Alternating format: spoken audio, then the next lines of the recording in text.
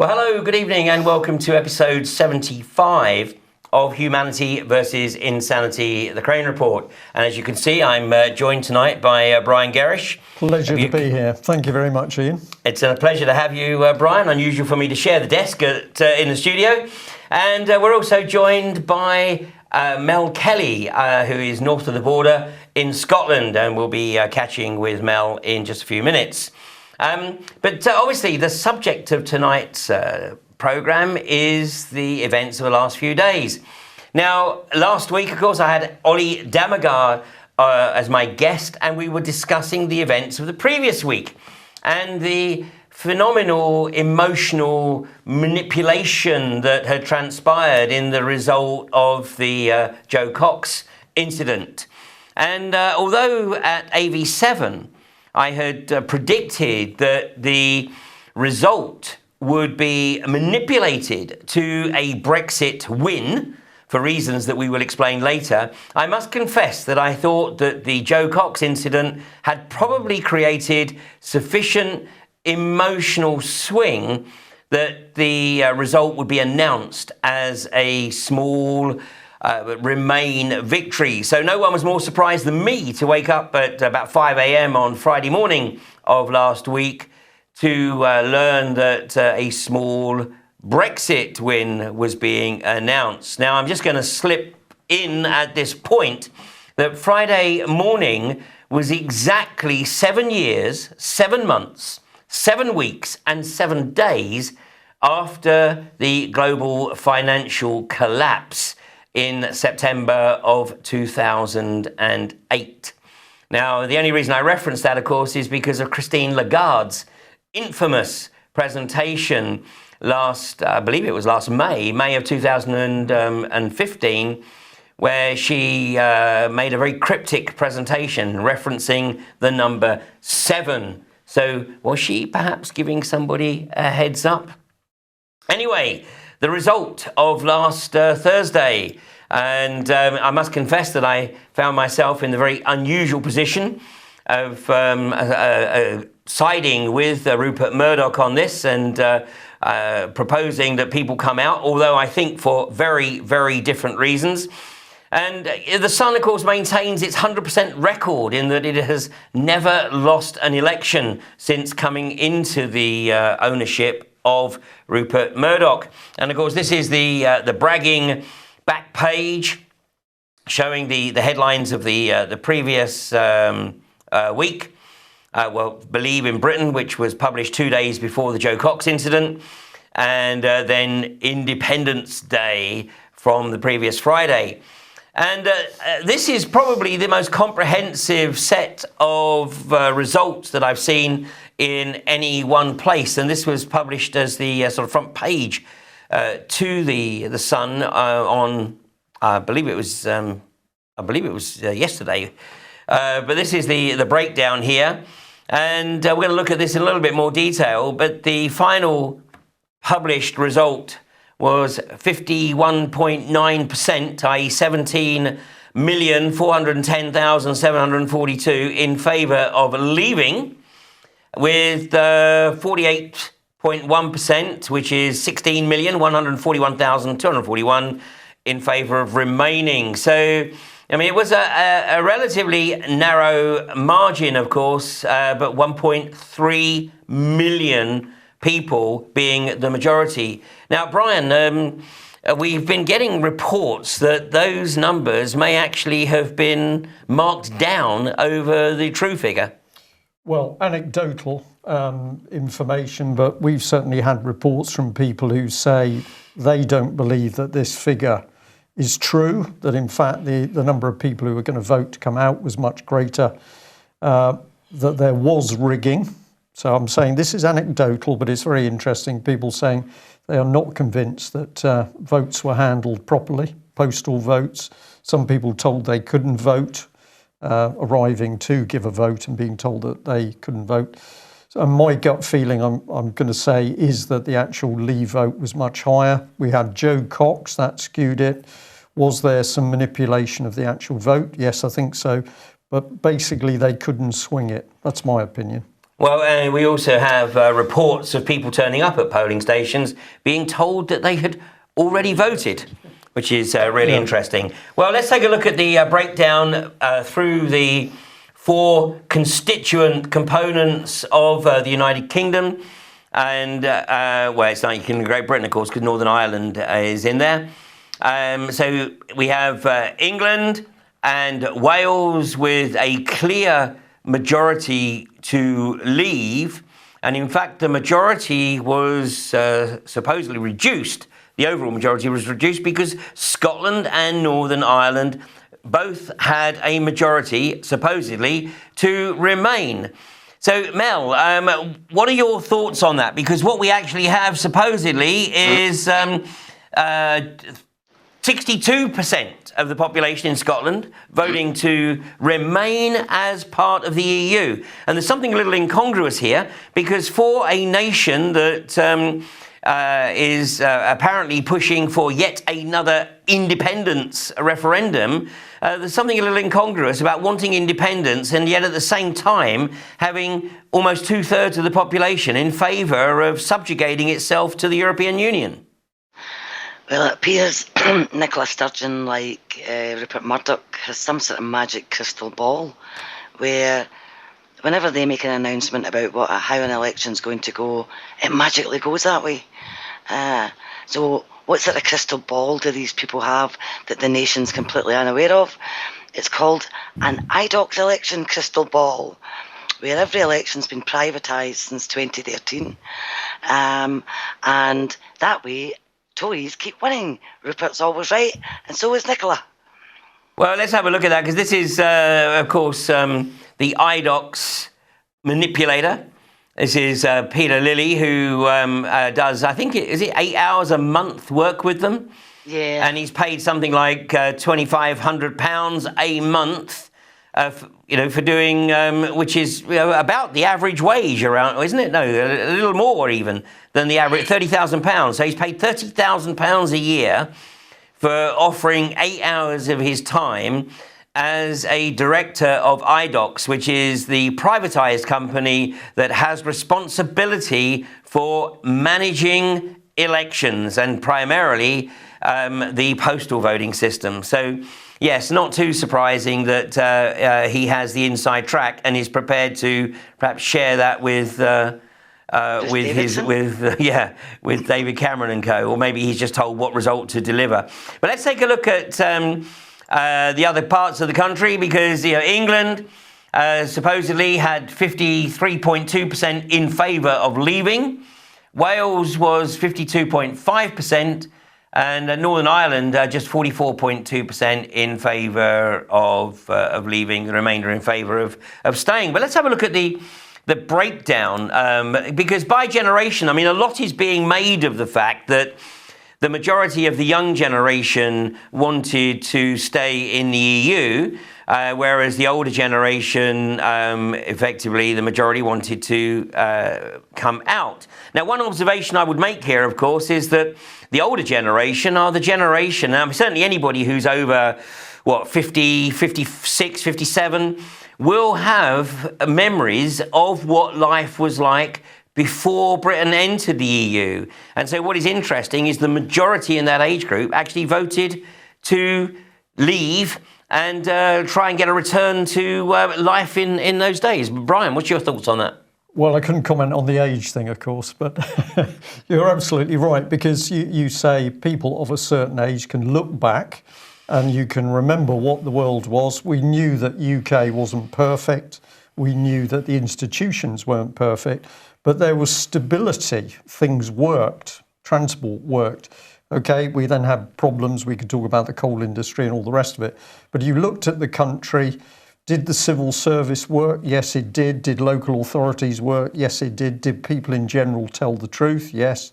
So all these things you can tick off, and then you take a look out of the window today as a result of all the time we've spent alongside the EU, and every day of every month of every year that we've been alongside the EU in the media and the press is strife.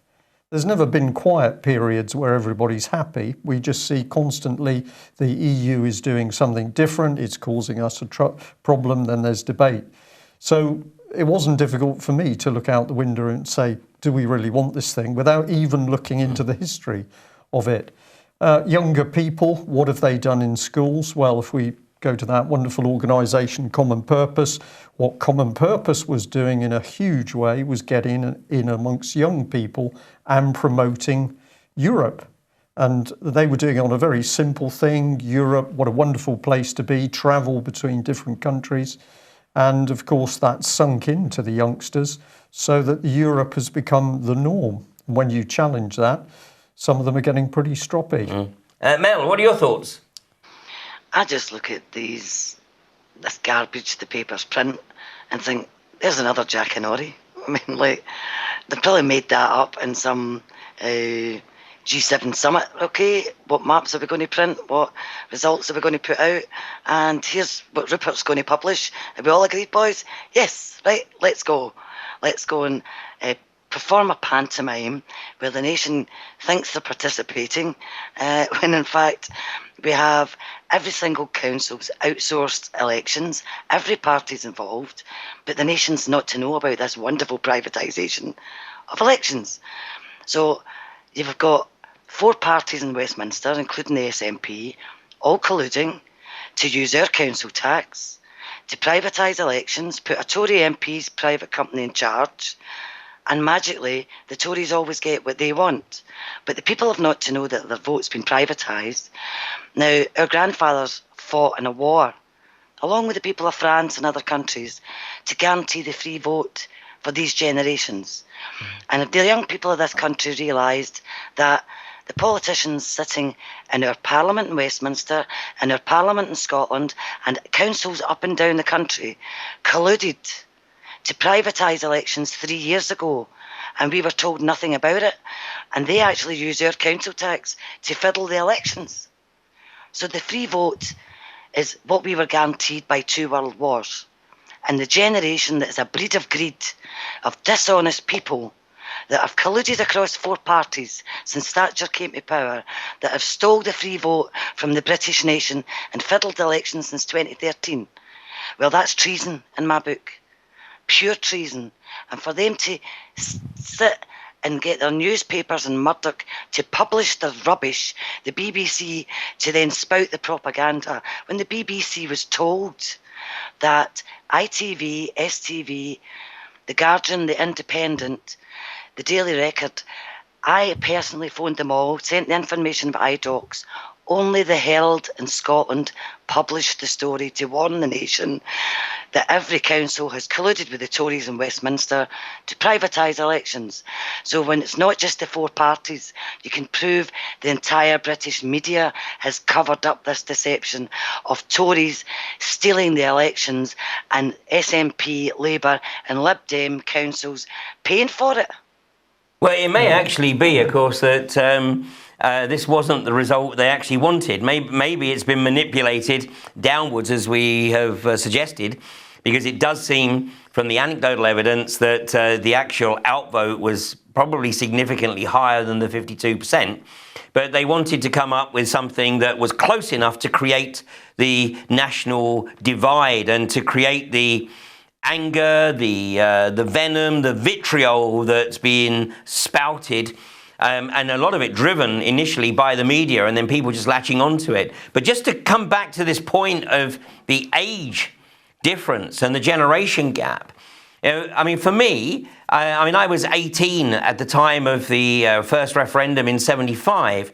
But I mean, the one thing that strikes me about the pre-EU era is that an ordinary working man, earning an average salary, could afford to buy a house or rent a decent property, could afford to support a family of 4, could run a car, particularly in the late 60s and early 70s, maybe not so much before that, and could afford to take the family on a couple of weeks holiday a year. And it was, in most cases, optional as to whether or not the mother, if the family had children, it was optional if the mother worked. And of course, under the EU, that is not the case. So we have actually seen wages diminish in purchasing power. Disposable income. Disposable income has certainly diminished. Well, disposable income in a lot of cases has become negative. Which is why people are literally, even if both partners are having to work, are still actually having to borrow just to provide the fundamentals and the basics of family life. And of course, this is a lifestyle that is totally unknown to the younger generation. And, an observation that I made in a discussion that I was having with somebody a few days ago is that, for the younger generation, it's actually like Stockholm syndrome. Where basically the captives end up establishing a rapport with their captors, and end up actually defending their captors. So we got Stockholm syndrome coupled with the same sort of psychology as people who find themselves locked into abusive relationships, where they know what the prognosis is, they know what's going to happen if they stay with that partner, yet they keep going back for more in the hope and the belief that something's going to change.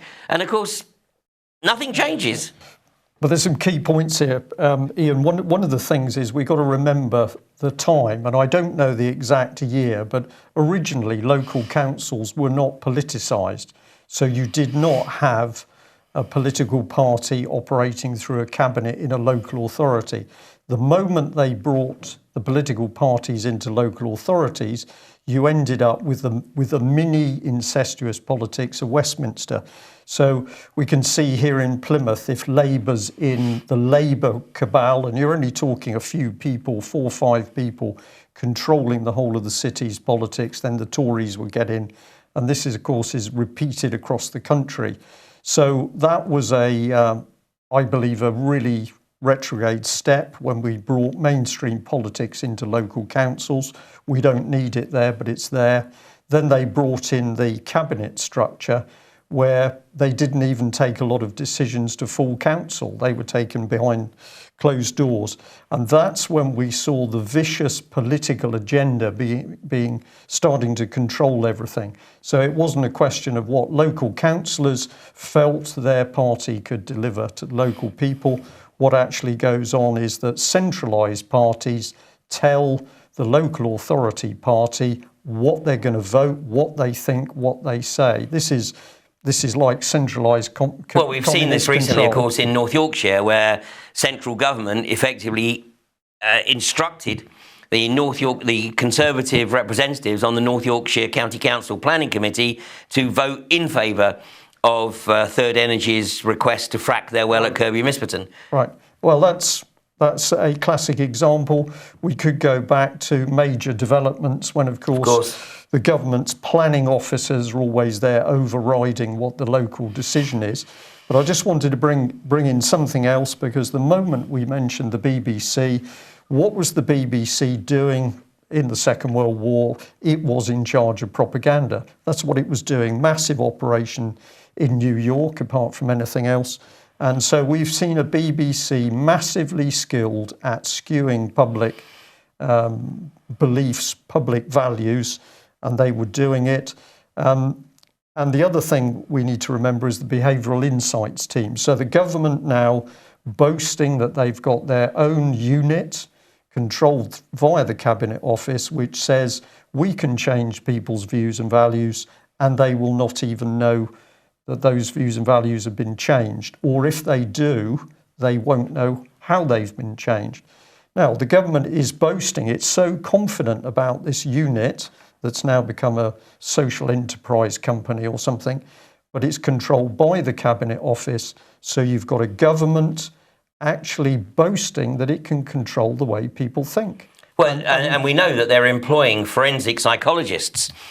So these are people who contribute to the playmakers, looking at how they anticipate people will behave given certain circumstances, like the Joe Cox incident. Well, we had within the going back a couple of years within this cabinet office system, we had a French guy called Olivier Willier who was brought over. He was part of Sarkozy's private team. And his job was, he was a French expert basically on psychological manipulation of the masses, brought into meetings with the Cabinet Office in order to discuss how this was set up in UK. Now, if he was French, he wasn't there to talk about the benefit of this policy on UK. He was there to do something to do with British-French EU integration. Yeah. And Franco-British Council involved. So this is very, very sophisticated manipulation. And one of the reasons I think it is so dangerous is that, at least if you go back to communist times, if you lived in post-Second World War Russia or the East German bloc, everybody knew the government pushed out propaganda.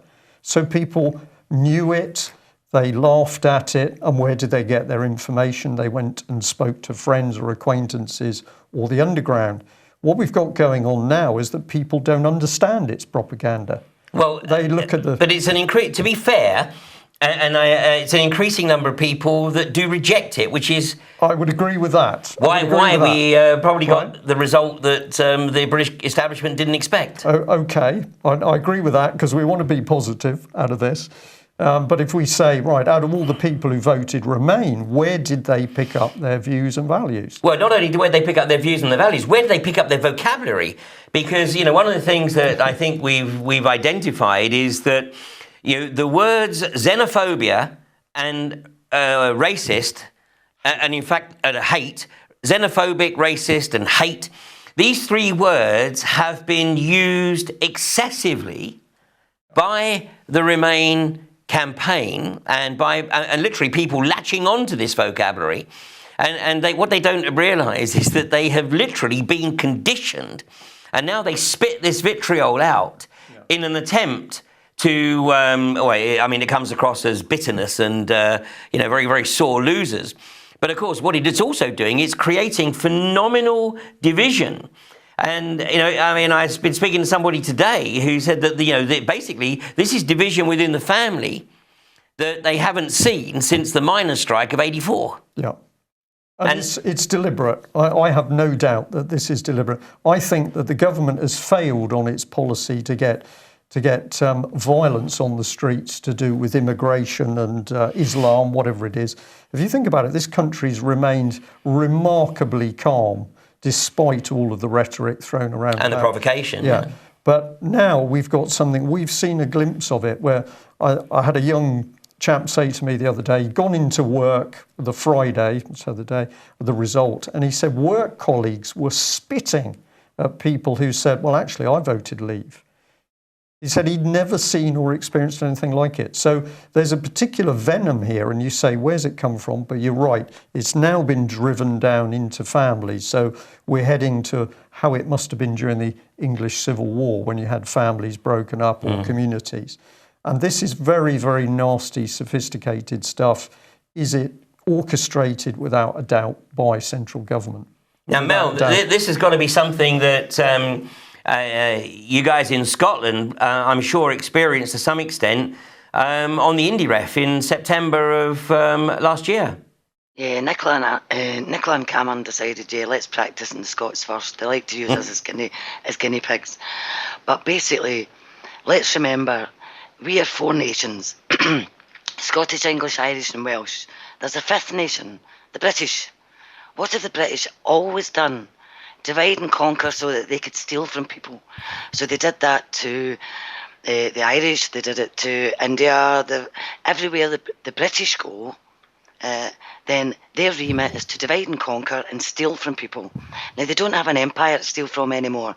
So now all the Europeans are left with, by stealing from the people in the Middle East, is stealing from the rest of us. So how do you steal from us? Divide and conquer. How do you do it? Use referendums. They're fantastic for dividing people, but also distracting them, while both governments in Westminster and Scotland, and you will find in Wales and Northern Ireland, are pushing through taking away our freedoms. So the same week that they're trying to distract you with an EU referendum where they've already decided the result and they've fiddled it, in the same week, that was to take your attention away from the privacy bill going through the Parliament. Now, Nicola Sturgeon did the same in Scotland. She was doing deals with Cameron. Now, this is the lady that toured England before the general election saying, trusting me. She's like, Car the Snake. England can trust me. I wouldn't do deals with Tories. Well, this is the lady that during the Scottish referendum did a deal with David Cameron so that to create a UK private water market together. Now, we had complete water independence because of devolution, and Nicola Sturgeon personally lodged the paperwork for David Cameron to change our devolved law to include Scotland and our water in the Westminster's new UK private water market, which Nicola said was a joint objective between the Scottish and Westminster Parliament.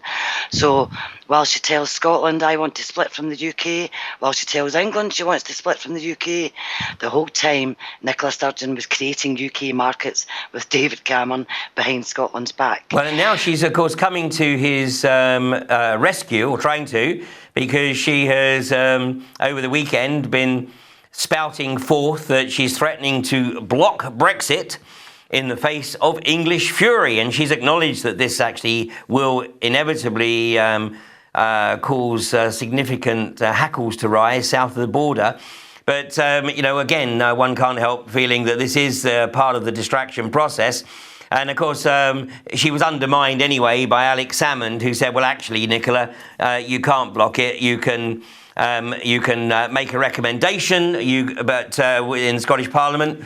But the bottom line is, and here's Alex, he says he's admitted that the Scottish Parliament cannot block Brexit despite weekend suggestions by Nicola Sturgeon. And basically he's saying that Westminster ultimately has the power to override any of that. But what I do want to do is, for a few minutes, just go to Brian, because, we've talked 2 episodes ago. I was talking about the Bullingdon Club and how, like Skull and Bones in the US, which prepares its political aristocracy, we have the Bullingdon Club in the UK. And, of course, both David Cameron and Boris Johnson were contemporaries in the Bullingdon Club. Well, now a third member of the Bullingdon Club, and again a contemporary of both Cameron and Boris Johnson, is tasked with managing the Brexit process, which I'm not sure that actually means he's going to invoke Article 50, which of course is absolutely... No, he's only just going to start... He's going to sort of start talking about the possibilities. So we have a lot of, I should say, obfuscation. And, we're going to, in the sort of final minutes of tonight's programme, we're going to talk about, what it is that maybe we can do within individually and as communities to, try and make sure that this mandate is carried through. Because I think, as we're going to see, the ultimate agenda might not actually be benign towards the British population.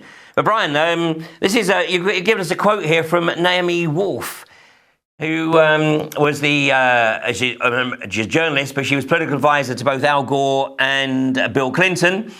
And she says, in a fascist system, it's not the lies that count, but the muddying. When citizens can't tell real news from fake, they give up their demands for accountability bit by bit. I just found this such a brilliant and powerful quote, because it's to me it's so accurate. The fact, what do we see in the mainstream press media? It's spin, isn't it? We've seen stories that actually you follow them through and they're created on nothing, or it's a story where there's one particular fact and the rest is all spun from it. And this is pumped out in huge quantities, together with the soft porn, which is more and more over the news sites. And then people get into a stage where they can't really tell what's true and what's not, so they close down. And that lady, we could discuss who she is and how clever she is, but that statement captures it. And we can say that is what is being done at the moment. Now, the good side is that we are also seeing that there are now so many different news sources, what you're pushing out, what UK column, a lot of other people on the internet, and people are going hunting. And this is one of the things that was pushed out after Joe Cox, is that people did actually go online to try and find out for themselves what was happening. By the way, just an aside here, but I gather that Judge Nigel Swinney is appointed to hear the Thomas Mayer case. and it was Judge Nigel Swinney that was given the responsibility for hearing the Lee Rigby case. Well, that'd be an amazing coincidence. Really. I mean, out of all the judges. Yeah. Well, if you've got a good judge, you should use safe pair of hands, I think. I would say so. But anyway, so let's talk about Oliver Letwin, because we don't have as much time as we might like. But Oliver Letwin. So Oliver Letwin's been tasked with delaying the Brexit process. Well, that's what I think he's going to do, because, of course, while it's delayed, they're going to carry on locking us into Europe.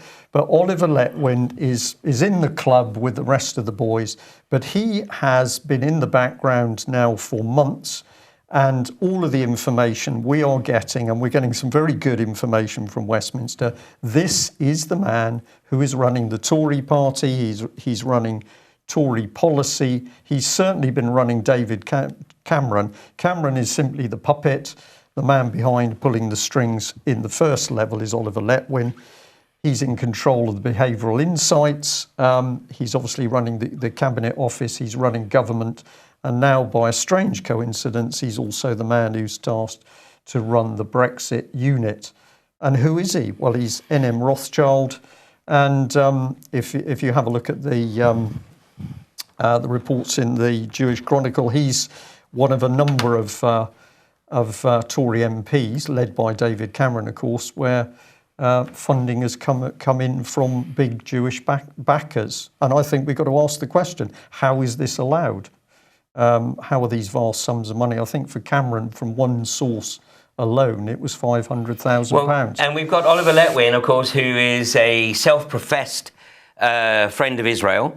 And of course, it goes without saying. And also, of course, on the other side, working with Boris Johnson, is Michael Gove, who is a self-professed Zionist. Publicly. And also friend of Israel. Yeah, publicly, London stage, what is your first priority? Well, it's loyalty to Zionism. And then we put him in charge of education, as was. It's crazy, isn't it? But Letwin is an amazing man. I've just got a couple of slides if you want to do these pretty quickly. But you've got to go and have a look at the Duchy of Lancaster. So get into that. If you just click on, we can bring him up, because he's the Chancellor of the Duchy of Lancaster. And so he's part of the team looking after the Queen's money. So we've got a particular gentleman, his name's gone out of my head, of course, now, but you can find it on the internet, who is in charge of the Queen's purse. So very powerful man. And I've just tried to emphasise here, he's dealing with David Cameron. Well, David Cameron, of course, was a goner the moment this vote happened. I just love that picture of him with his boys, One Direction. So, there is only one direction for him. We've got the behavioural insights team. We've got Francis Maud is another very dangerous man, in my opinion. Of course, great friend of Julia Middleton from Common Purpose. So this is the team running government. It isn't David Cameron. It's never been David Cameron. It's Oliver Letwin, Francis Maud. These are the people with the real power. And Letwin, former employee of NM Rothschild. And of course, author of Privatising the World. Yeah, I mean, what more do you need to know? He writes a book, I think it was Redwood wrote the foreword to it, in which he sets out how to go about privatising everything. And since we've had Letwin in the background, everything in UK has been privatised. Well, we've got the roads still to go, but that's going to happen shortly. So we don't need to look far for these people. But I think that because they didn't expect this to happen with Brexit, that's why they've said we need a safe pair of hands. So finally, Letwin has come out the woodwork. Well, and the good news is that more and more people now are starting to dig this out for themselves. Yeah. They're not getting their information from the mainstream media. They're getting it from multiple alternative sources. They're putting the picture together themselves and coming to their own realisation of what's occurring. This is the way of doing it, because we are saying, you're saying, don't believe us, check it out for yourself. Mel's talking to us from Scotland and saying she's been finding out what the facts are. The information is out there in general. It needs to be put in front of people. So what is it, 16 million, 15 million people who think we should still be in need to be educated. And whilst there's many of the MPs who are clearly traitorous. They are on the other side. There's a lot of MPs who are simply ignorant and arrogant. So we've got to get out there and push this stuff in front of them as well. Well, and as we were discussing earlier today, there is every intention of making it more difficult for people to access their MPs following the Joe Cox incident. Yeah, well, local MP here, Gary Streeter, said he's so worried about his staff, not him, of course, his staff, that you're not going to have an open surgery. So you're going to have to book an appointment, which means you're going to get vetted. And then the next thing is, well, you've approached me too many times, you're vexatious. So what they're doing is putting a wall up now to stop people communicating with their MPs. It's very clever, very insidious stuff. But we've got to break through that. And I think if enough people are going to use the word pester their MPs, you're going to see these MPs not standing again. So the opportunity comes when there is another election. I hope there is one. And basically, if we do the right things, the bad guys are going to step away because they're getting very frightened. Well, and if we take into account that 17 million people vote, I mean, the turnout was some 70-odd% of the electorate, one of the highest turnouts in living memory. But 17 million people, that's 70% more than voted the Tories into office in 2015. This is what makes the thing so incredible, isn't it? You've got a government that would barely voted in, telling 17 million people we don't really care what you say. Yeah. And I mean, and the irony is, of course, that the population of this country, being used to the democratic process here, is, well, I don't say totally relaxed, but understands that, if we're going to get a government, it's probably going to be elected by a minority. And in fact, I don't think there has been a time when more than 40-odd% of the population has voted a particular government into power. And most of the time, it's closer to 30% or less even. So here, we have 52% of the country, 17 million, 70% more than voted the Tories into office in 2010. It's a massive number.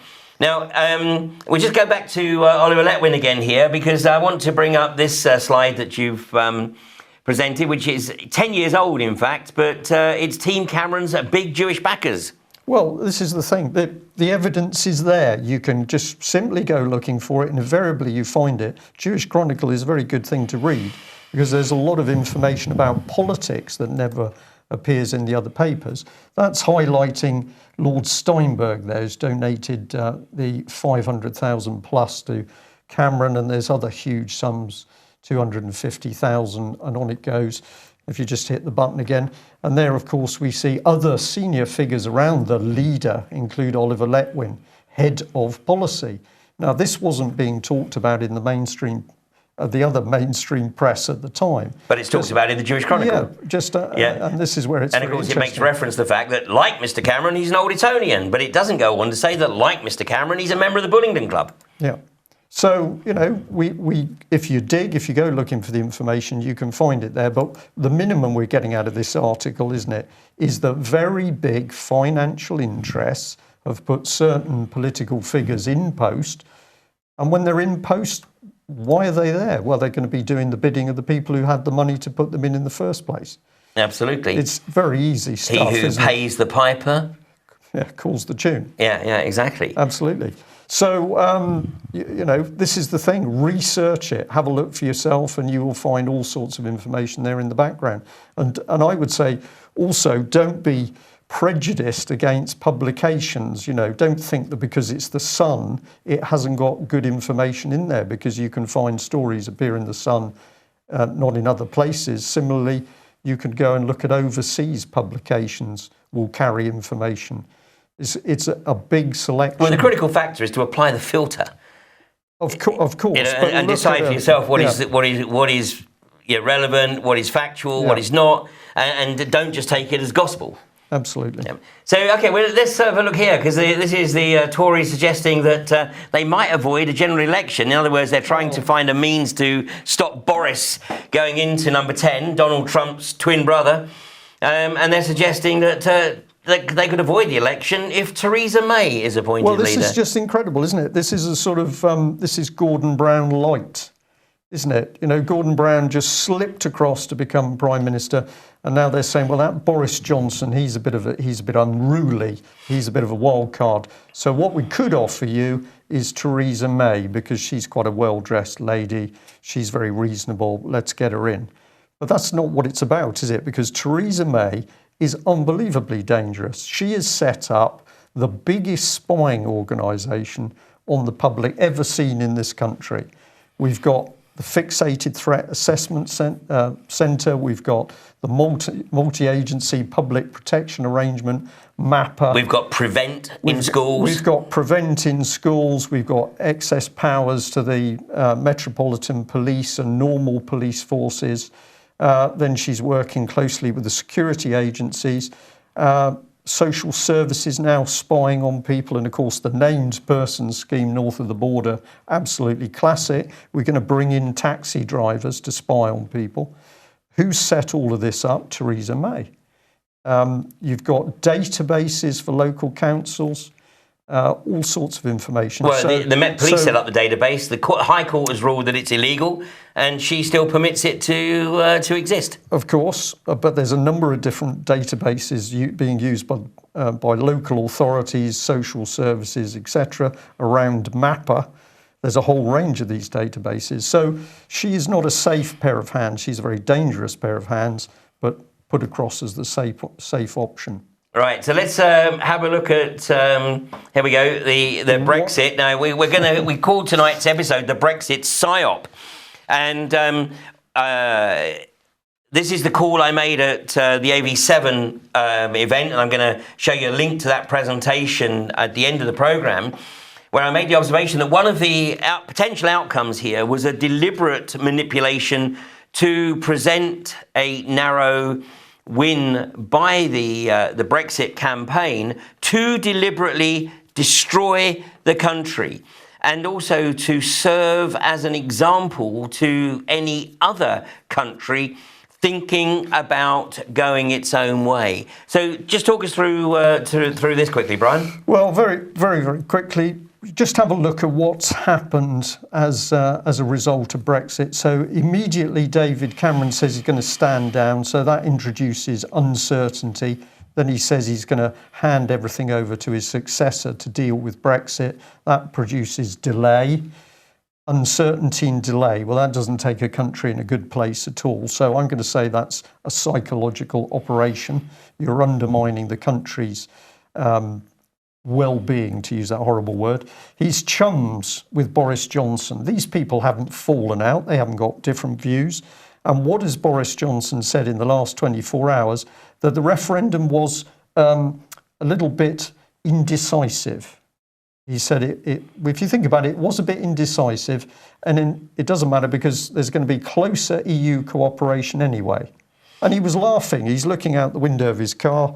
I know the photograph's a bit small there, absolutely smirking and cackling because this is a psychological operation. The BBC, well, of course, biased all the way through, calmly says it's independent, absolute nonsense. In fact, I had to listen on Friday to the BBC calmly saying, well, perhaps we didn't actually give the EU enough coverage. It was mind-blowing. They didn't investigate why 17 million wanted out. They said, perhaps we didn't give the EU enough coverage. George Soros pops up and he says, well, Britain should be in the EU. And by the way, if you dare to leave, I'm going to smash the economy. Except that he made a small fortune out of the Leave result by betting on the Leave result. You want to do both ways, don't you? And then we attack Corbyn. Now, why are we going to attack Corbyn? Because we want to destroy the Labour Party. Because if you destroy Labour, as they've destroyed Lib Dems, there's one party state, which is Boris Johnson and Theresa May. And then the last bit, which is so telling, and Mike Robinson, of course, was smiling in a very big way about this, is Sadiq Khan is suddenly the centre as London Mayor for people calling for London to be a separate state within the EU. Well, of course, this is the city-state. This is what it's all about. And I think I'm right in saying that back in the very, very early UKIP days, papers were circulating which said, well, in the future, UK is going to be broken up into the 9 regions of the European Union, Scotland separate, Wales separate, England broken up. But London was itself a region. And now we're seeing it. Wait, and by the way, I think we've got a picture. Here we go. This is a picture. Yeah, well, just look at the face. It's almost like he's giving a gesticulation, rather a rude gesticulation to the reporters there. Well, and that's talking about it. It said Boris Johnson says UK will continue to intensify cooperation with the EU. Well, the public have said we want to break with the EU. Shouldn't there be an immediate halt on anything pulling us in? And then there's the bit about the vote, not entirely overwhelming. Yeah. So here we go. They're going to manipulate the outcome. But people say, how do you know? How do you know that the agenda is to destroy the nation state? Well, we simply read the scripts. And two academic examples of this, one from 1998, and these are freely available as PDFs online. And this one is a working paper produced on behalf of and for the International Monetary Fund, their Fiscal Affairs Department, titled The Demise of the Nation State, prepared by a Vito Tanzi, whose background is in international finance. And this is basically the outline as to how you go about destroying the nation state. And he actually talks about you actually create the small nations in the first instance, like Yugoslavia. You break up Yugoslavia, you break it into the smaller components, and then systematically you destroy and remove the independence of those smaller entities. Ian, perhaps we could use just this little bit of wording here, because he talks about subnational governments. Exactly. It concludes that a continuation of current trends would increase the importance of sub-national government while reducing in the economic sphere the importance of national governments. And that's from 1998. And then in 1999, and this is the Berkeley Journal of International Law, and this is a paper on the demise of the nation state towards a new theory of the state under international law. And of course, that international law that they want to apply is manifesting today as TTIP, CETA, and TPP. So now we come to really the crux of the matter here, and that is that basically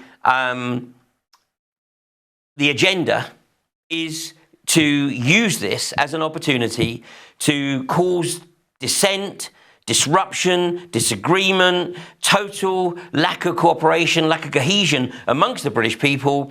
And whilst they're fighting amongst themselves, while you've got brother fighting brother, father fighting son, neighbour fighting neighbour, then they get on with their pernicious agenda, which is effectively to break down the economy. And ultimately, of course, the goal here is to have the country absolutely gagging to get back into a European superstate within the next 5 to 10 years. This, of course, they were saying before the referendum, if we vote out, all sorts of bad things are going to happen. The economy's going to collapse. There's not going to be any jobs. This is going to go. So the fear. Now we've made the decision. Of course, they can do what they like and blame it on the public. So it's very clever. It's a very clever scam. We've just got to get people to see through it. Because most of the accusations are nonsense. The Plymouth Herald, local Plymouth newspaper, running a story that a mature lady trapeze artist can't get a job because of Brexit. That's what the headline effectively is. Mel's laughing, I think, absolutely true. When you get into the story, what is the real story? The real story is that she's done a variety of jobs all over the place, but pleased herself, she hasn't got a pension pot. So at the moment, she doesn't even get a state pension. So it's nothing to do with Brexit. Well, what does the Plymouth Herald? It spins the story that if you're a fairly mature trapeze artist, then Brexit has destroyed your living. Well, once again, what people conveniently forget is that prior to entry into what was then the EEC and then morphed into the EU, but we had full employment in this country. And basically, I mean, I think there was about 250,000 unemployed, maybe a little over. But most of those were people in transit between jobs. There was literally estimated to be less than 100,000 long-term unemployed, because there was plenty of work, and people who couldn't work were actually classified as unable to work and disabled, and society took care of them. Now, in the interim period, we've had the destruction. In fact, the destruction, of course, has literally occurred in the last less than 2 decades.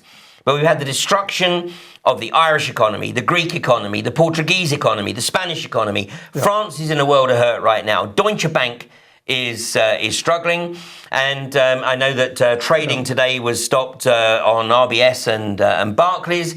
But this again is covering up other stuff, as we know. But the world today, with its massive artificial debt, is in a very, very different place than it was 44 years ago. That's absolutely right. Absolutely right. And I was speaking to a German gentleman earlier this afternoon who was talking about the collapse of all the British industry. In fact, he also said he'd had the pleasure, I'll put that in inverted commas, of an evening meal with Gordon Brown. And he said to him, "You've got rid of the gold reserves." Yes, well, I've done that to facilitate agreement and discussions with the European Union. To which the gentleman said, "Well, do you expect to get that gold back?" To which Gordon Brown sort of gave a wry smile. Well, and it should be observed, by the way, that people who purchased gold at the turn of the century in the year 2000, 2001, today, if they had held on to that gold, then the purchasing power of that gold would have increased by 34%, whilst everything else has devalued. Yeah. So the gold, funnily enough, same as the last 6,000 years, has actually been the solid, no pun intended, hedge against either the markets, or in this case, of course, the manipulation of the markets. Yeah. So, Mel, what do you see as the prognosis now in Scotland? Well, because we've already had a referendum and they've had it all at each other's throat, Scotland's actually coming together. Now, what we realise is the problem isn't the union with the UK, the problem isn't the union with the European Union, the problem is the people in power in Scotland, in the UK and in the EU. It's the people that are the problem, not it's the elected officials that are the problem. So what we've suggested, and yes and no voters are coming together for this idea, is that we set up what's called a People's Second Chamber, where, like the Swiss, we can't trust the media, we all know that, so we create a People's Second Chamber where people serve like jury duty, supported by lawyers that serve like jury duty, to supervise Parliament. We have a people's paper, a people's website, people's apps, and the People's Second Chamber supervises Parliament. And instead of the party spin and Rupert Murdoch and the Daily Record and the BBC's version, what we get is the Second Chamber saying, your MP proposes today to steal your pension. Here's the positives, here's the negatives. And if the nation disagree with the politicians and the parties, then, like the Swiss, the nation decides. But instead of IDOC's elections, we have people's elections, where we can supervise every ballot box. It's clear ballot boxes, so that we know they've started empty. And this system is very stable in Switzerland. About 10% of legislation, like fracking, unnamed persons, then if enough people trigger to say, no, I disagree with what the Parliament proposes, the nation decides, and they'll maybe take all those decisions one day in the year. But you would have a people's second chamber where people serve, and we can teach our children, look, we set up this system because all four parties in Britain colluded against the people, privatised elections and fiddled votes. So one day you'll be lucky enough to serve, and instead of being worm-tongue like Rupert Murdoch and the BBC, then you will give the nation the truth. We're an educated nation, but we're a misinformed nation. These people don't lead the country, they mislead the country. So what we do is have a body of people that serve like jury duty and rotate, so there's no party cliques, and they inform the nation, and they say, well, here's what they really want to do, and then the nation can decide. And as I say, there'll be no IDOX elections, no privatised elections, and each ballot box won't go anywhere. The local people in that town will see their own ballot box getting opened, and they'll see it counted, because we can have cameras. So at the end of the day, there is hope, people, because Scotland can do it first. Absolutely. And then roll it out across the rest of the UK. And then if the people want to form a federal UK, and then if the people want to form a federal EU, but only countries where you have people's second chambers supervising councils, supervising parliaments, supervising the EU. And then we are, the way I see it is, the time of kings is gone. The time of corrupt party power is over, and the time of people power has come of age. We live in the 21st century using a political system that was based on the only means of communication was the stagecoach. Well, sorry, we have got instant access to information, we can get the information, and we are entitled to have a people's second chamber to supervise Parliament so that the people of this country decide. And these two referendums proved, when you ask a nation to vote on a policy, people register to vote. When you ask them to vote for a party, we don't want to vote. Now, if we are such a sophisticated nation, we have been asked twice to decide, do we want independence from the UK? Do we want independence from the EU? So if we're entrusted with such complex decisions, then by God, when any bill goes through any parliament in Scotland or England, are we bright enough to scrutinise that bill and warn the nation, here's every clause and here's how they're trying to screw us over? Absolutely. So, that sounds like pretty good suggestion there, Brian. I think it's a very good suggestion. And while you were speaking, Mel, I was thinking to myself, if you want an example of why this sort of people power works, you just take the jury. We know that the criminal politicians in particular terrified of juries because juries make, in general, good decisions in court. That's why we need secret family courts. This is why we need secret courts for matters of state. They're terrified of juries because people come in and display common sense. So what you're suggesting to me is almost like a jury to monitor the Parliament. The other thing I think that we need is to absolutely ban, to outlaw political parties. If anybody wants to be elected, they should be elected as an individual. Their background should be known, of course, so they come from the area they want to be elected in. Let's get rid of the parties because, of course, how do they control the parties? With the whips. And what do the whips use? Well, we know Tim Fortescue, Tory whip, on BBC video saying we used to blackmail them over the little boys. So let's get rid of the parties, outlaw them, let's outlaw whips, let's outlaw secret societies with very, in my opinion, very stiff penalties if you lie and get caught out with that. And then you've got a system there, Mel, that I think absolutely could work.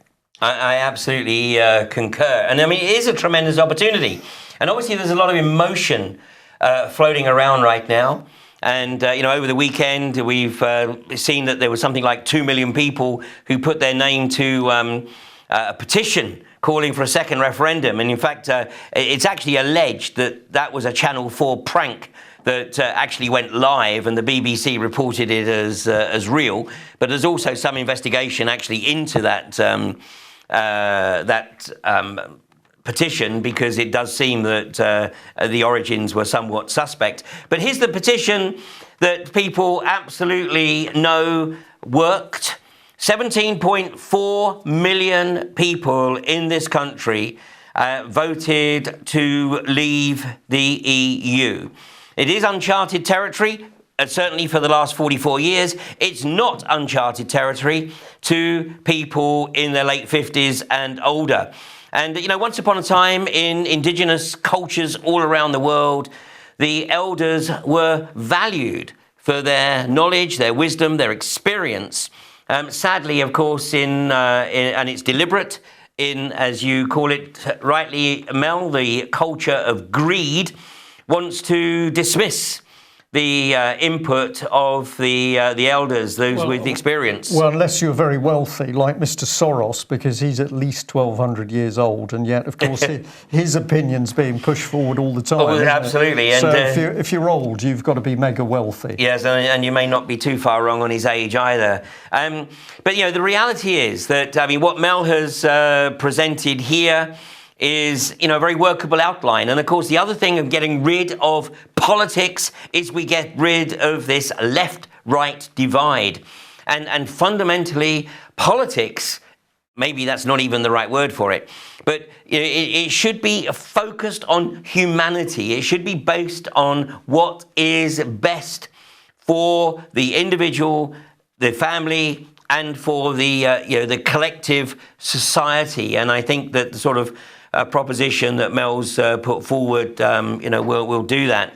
Now, a little over 2 weeks ago, 2 weeks before the referendum, I posted the second half of my AV7 presentation, where I addressed the issue that was actually avoided by both the Leave and the Remain campaigns. And one has to ask why both of these campaigns elected to ignore this massive elephant in the living room. Well, much to my surprise and shock, this video on YouTube, this is a screen grab from it. It's called EU Referendum, the plan to destroy the UK, although you can add whatever nation state you want to that, because it's all part of these academic documents. This is only two of a large portfolio of similar think tank and academic documents on the destruction of the nation states. But in that 2.5 weeks, as of an hour or so ago, it had 181,000 views on YouTube. That's more than 10% of the total views on my YouTube channel, which has been up for a few years now. And it's also on Facebook, and it's had some 45,000 views, I think it is, on Facebook. So it's also getting a lot of interest from other European EU member countries. So if you want to see what the issue is that is avoided, has been avoided by both campaigns, then take a look at this. It's 35 minutes. It's only the second half of the presentation, but it will give you perhaps another insight into what the agenda was had we remained in the EU. Hopefully, over the next few weeks, the division, the divisiveness, the bitterness, the vitriol, the venom will subside.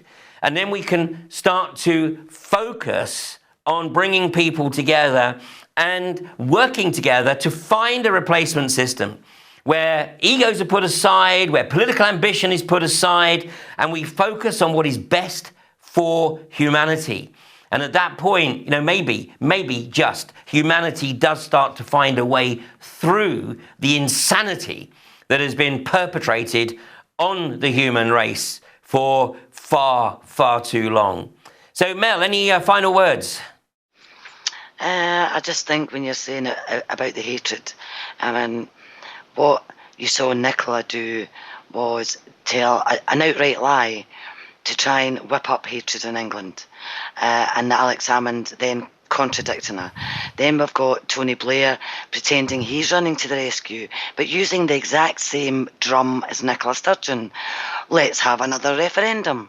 So what you've got is Nicola Sturgeon, Alex Salmond, David Cameron, Boris Johnson, Michael Gove, now Blair, all working together to basically whip up hatred, whip up divides in this country, when really only the extremists like them and the liars like them were given a national voice. Well, this nation has got a voice, and this nation will say every party out. Yeah. And Brian? Oh, brilliant. That's wonderful to hear. I would just emphasise this business that as long as people stay calm, they're thinking things through, they're discussing with their fellow men and women, we're on the right side, because we get caught up in the hate and the angst and everything else, and that just pushes us into what the other side wants. They want to get those riot police on the streets.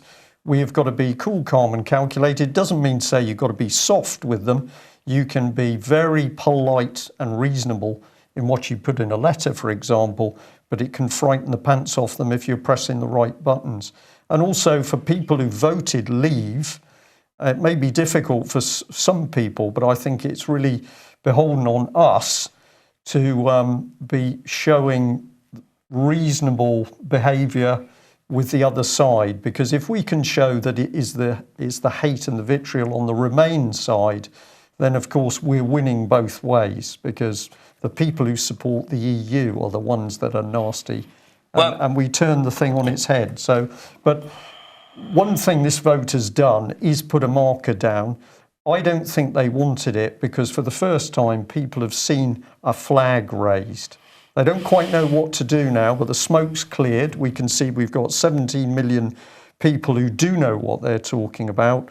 And if we can harness them, we can get them going in the right direction, we can give them more information, we're going to win more of the, whatever it was, 15 million who and we need people, voted the wrong way. We need more people to get involved, because we know that there will be a game plan, an agenda to bring this country to its knees. How do we know that? It's written.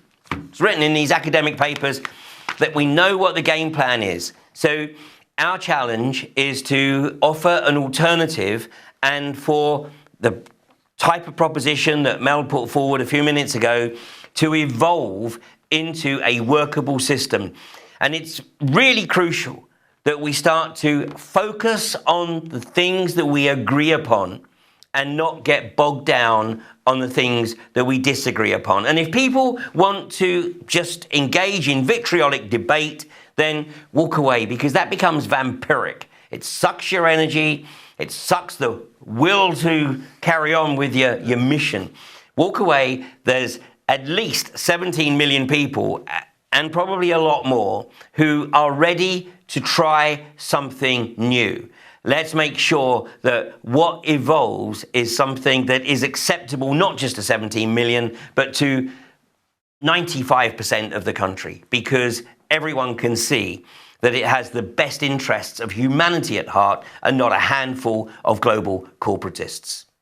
So thanks very much for joining me tonight. Thank you, Mel, for your wonderful contribution, as always. Thank you, Brian, for staying on in the studio here and joining me tonight.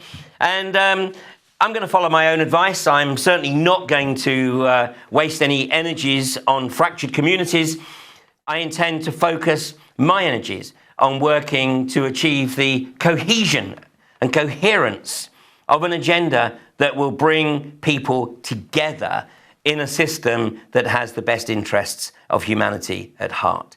So thank you very much for joining me, and I will see you next Monday at 7:30.